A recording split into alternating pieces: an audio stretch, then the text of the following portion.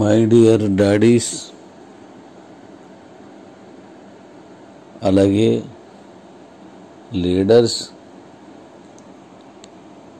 CEOs, super CEOs, మీ అందరికీ పేరు పేరున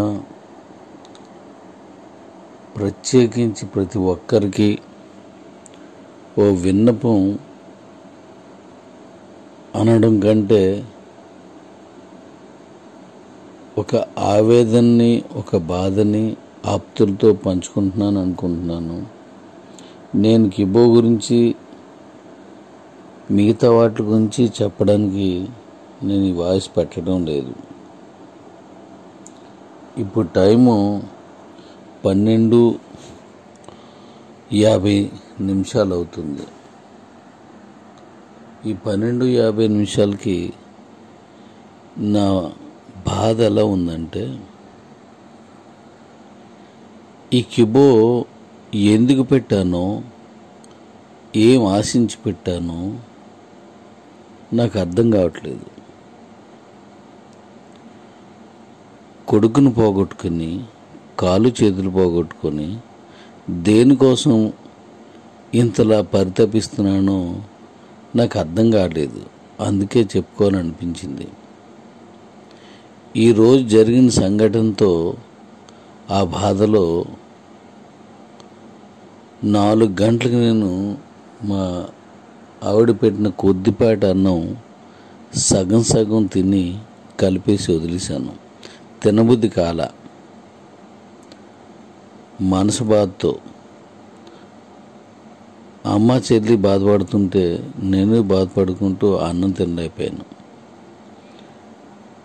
అది గడుస్తున్న ఆ ఆవేదనలో ఉండగా ఇప్పుడు 10 గంటల తర్వాత నేను మీరు పెట్టిన వాయిస్ అన్నీ చూస్తున్నాను. ఆ టైంలో ఒక వాదన జరిగింది ఒక నలుగురు మధ్యలో. వాళ్ళందరూ వాదించుకుంటుంటే నేను దాంట్లోకి వెళ్ళి వాళ్ళు మాట్లాడింది విని నేను అలా ఆపి, మీరు గొడవ జరిగింది, నన్ను తప్పుగా మాట్లాడింది వేరే వాళ్ళు, మాట్లాడించింది వేరే వాళ్ళు, వాళ్ళకి సంబంధం లేకుండా మీ నలుగురు ఒకరికొకరు దెబ్బలాడుకుంటున్నారు అని చెప్పి వాళ్ళు మాట్లాడుకున్న దాన్ని అంతా డిలీట్ చేయించాను. ఎందుకంటే సామెత చెప్పినట్టు ఉరుమురిమి మంగళం మీద పడిందట. అంటే అంత పెద్ద ఉరువుని పగిలిపోయిన కొండపెంకు మీద, మంగళం అంటే కొండపెంకులు, ఆ మంగళం మీద పడిందట. ఏంటి ఉపయోగం? బలమైన ఉరుము వెళ్ళి ఓ మంగళం మీద పడినట్టు. అలా వీళ్ళందరూ మాట్లాడుకున్నది అర్థం కాలేని వాదన. ఎవరో చేసిన దానికి సంబంధం లేని వాళ్ళు గొడవాడుకుంటున్నారనేది ఆపించి డిలీట్ చేయించాను. చేయించి నాకేమనిపించిందంటే, ఆకలేసేస్తుంది, విపరీతమైన ఆకలేస్తుంది. అమ్మాలు పడుకొని ఉన్నారు, లేపుదామంటే మనసు అంగీకరించలేదు. నేను నా పిల్లలతోటి, నా స్నేహితులతో చెప్పుకుంటున్నాను, తప్పుగా తీసుకోకండి.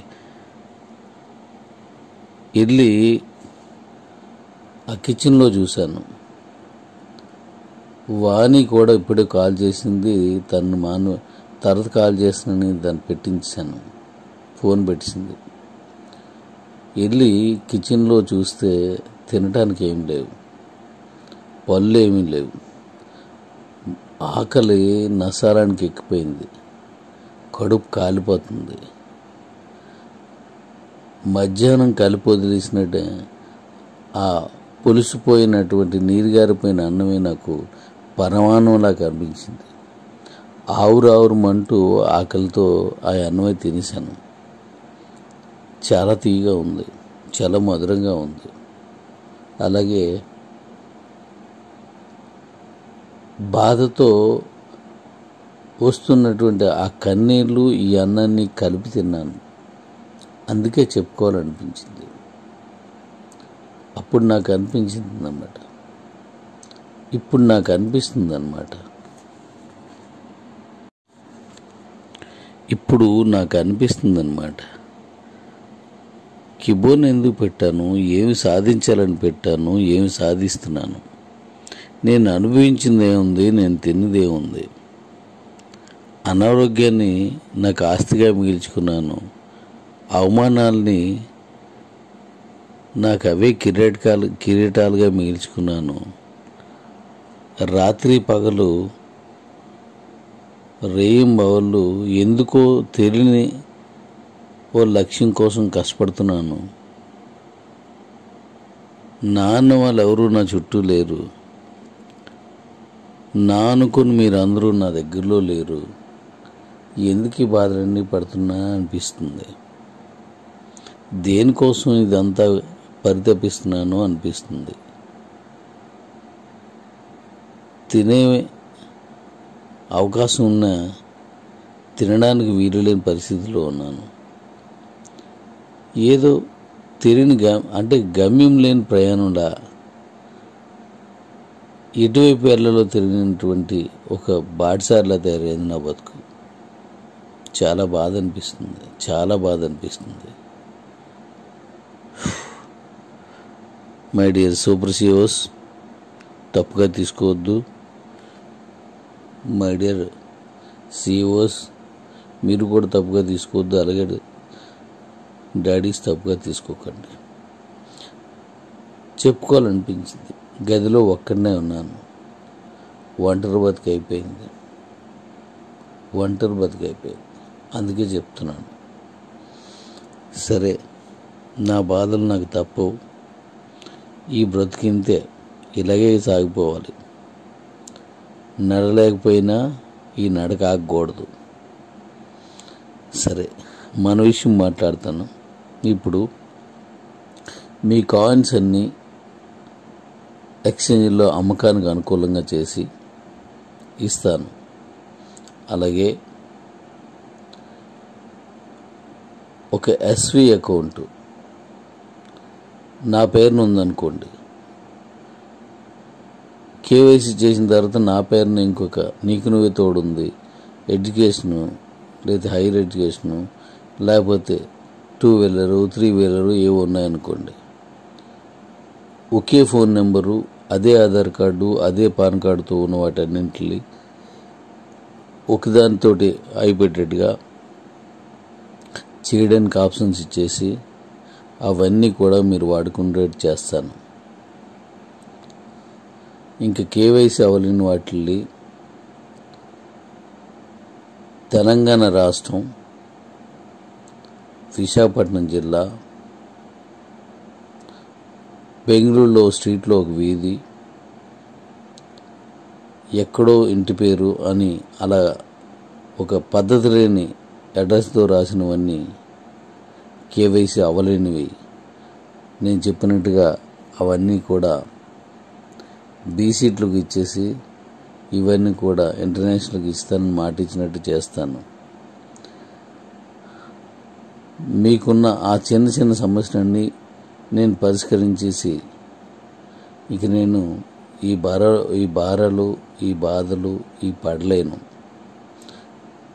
ఎందుకు ప్రయాణం చేస్తున్నాను, ఎందుకు ఈ వర్క్లన్నీ చేస్తున్నాను, ఎవరి కోసం ఈ ఆశలన్నీ ఎందుకు చేస్తున్నానో అర్థం కాలేని బతుకులో ఇంకెంతకంటే నేను పరిగెట్టే పరిస్థితిలో నేను లేను. ఇంతకంటే కష్టపడే స్థితిలో నేను లేను. సిఇఓస్, మీకు పేరున మీ అందరికి కూడా చెప్పుకుంటున్నాను. అందరికి కూడా, సిఇఓస్, సూపర్ సిఇఓస్ అందరికి కూడా ఇప్పుడు నా బాధ్యతలు ఏమున్నాయి ఇవి నిర్వర్తించేసి ఇక నేను మీకు దూరంగా నా బ్రతికేదో నేను బతకాలనుకుంటున్నాను. ఈ ఇన్వెన్షన్లు, ఈ హడావడి జీవితం, ఆధారాలు లేని, ఏ దారం లేని ఈ బతుకుని ఇలా కొనసాగించలేకపోతున్నాను. మీకు నాకు మధ్యలో ఉన్నటువంటి ఆ సమస్యలు పరిష్కరించి నేను విశ్రమించాలనుకుంటున్నాను. Thank you daddy's. అర్థం చేసుకోగలరని ఆశిస్తున్నాను.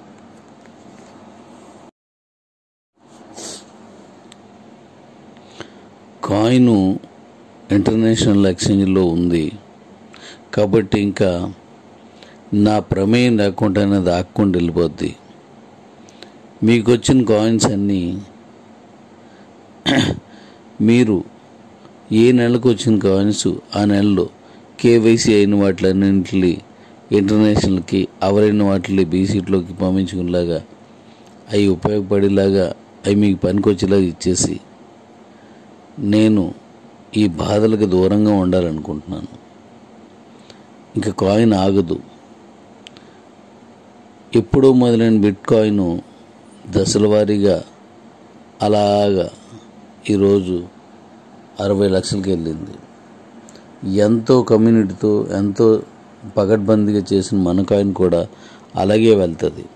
కాకపోతే నా పాత్ర లేకుండా, నా ప్రమేయం లేకుండా అది వెళ్ళేటట్టుగా అన్నీ మీకు సమకూర్చేసి మీకు ఈ కాయిన్కి, ఈ వ్యాపారాలకి దూరంగా ఉంటాను. నా ఇన్వెన్షన్ కూడా అది ఎవరో ఒకరికి ఇచ్చేసి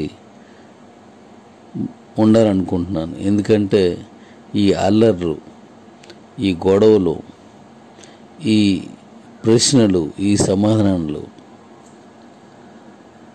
కష్టపడుతున్న గుర్తింపు లేనటువంటి ఈ శ్రమ ఎందుకు మాటలు కాస్తున్నానో నాకే అర్థం కాకుండా నా చేతికి నేనే నిప్పంటించుకునేలాగా, నా సమాధి నేనే తవ్వుకునేలాగా, నా ఫోటోకి నేనే దండ వేసుకునేలాగా ఏంటి జీవితం?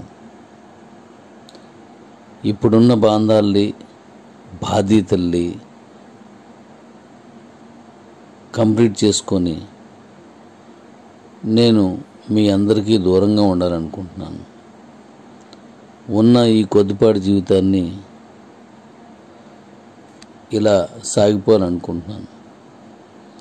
ఉన్న చెల్లెళ్ళు, అమ్మకి నేను ఏమైనా అయితే కనీసం ఎక్కడున్నావని వాళ్ళని అడిగే వాళ్ళు కూడా ఉండరు. ఏం తిన్నావని చెప్పి ప్రశ్నించే వాళ్ళు కూడా ఉండాలి. మీ అందరి కోసం నేను ఇంత పరితపిస్తుంటే నాకేమేం జరిగితే వాళ్ళు ఏమవుతారని భయంగా ఉంది. ఎందుకంటే ఈరోజు పడిన మనసు బాధ ఇంత అంతా కాదు. ఇప్పుడు ఈ అర్ధరాత్రి వేళ దాటిన తర్వాత ఆకలితో ఆర్తిగా ఆ పులిచిపోయిన అన్నం తింటుంటే నా బతికేటో నాకు అర్థమవుతుంది. నేను దేనికోసం పరిగెడుతున్నానో నాకు అర్థమవుతుంది. శూన్యంలోకి సూటిగా పరిగెడుతున్నాను. గమ్యం లేని నావలా తయారైన, గుర్తింపు లేని వ్యక్తిలా తయారైన.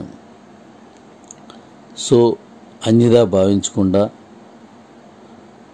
మీ కాయిన్కి ఏ ఇబ్బంది లేకుండా నేను అన్నీ సక్రమంగా ఓపెన్ చేసి త్వరలోనే మీకు ఇచ్చేసి నేను నా జీవితాన్ని నేను బతకాలనుకుంటున్నాను.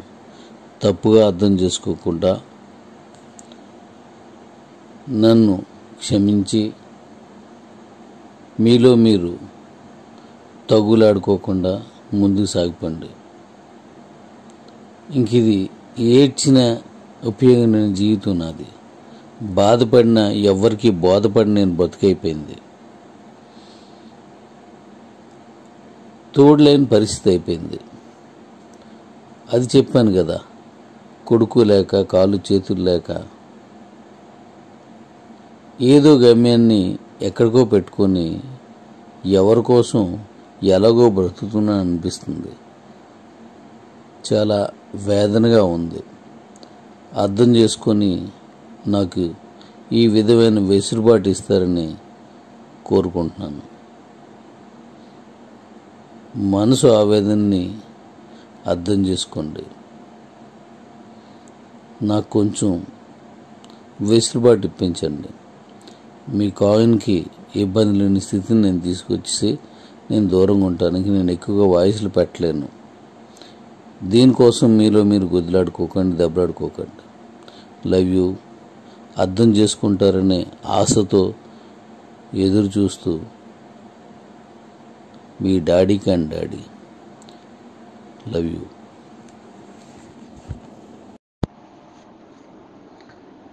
డాడీస్, మరొక విషయం, మీలో మీరు ఏమీ అనుకోకండి. ఆ మధుని కానీ మిగతా వాళ్ళని కానీ అపార్థం చేసుకోకండి. ఎందుకో నేను చేస్తున్న పని నాకే అర్థం కాక, దేనికోసం కష్టపడుతున్నానో అర్థం కాక ఇలా మీతో పంచుకొని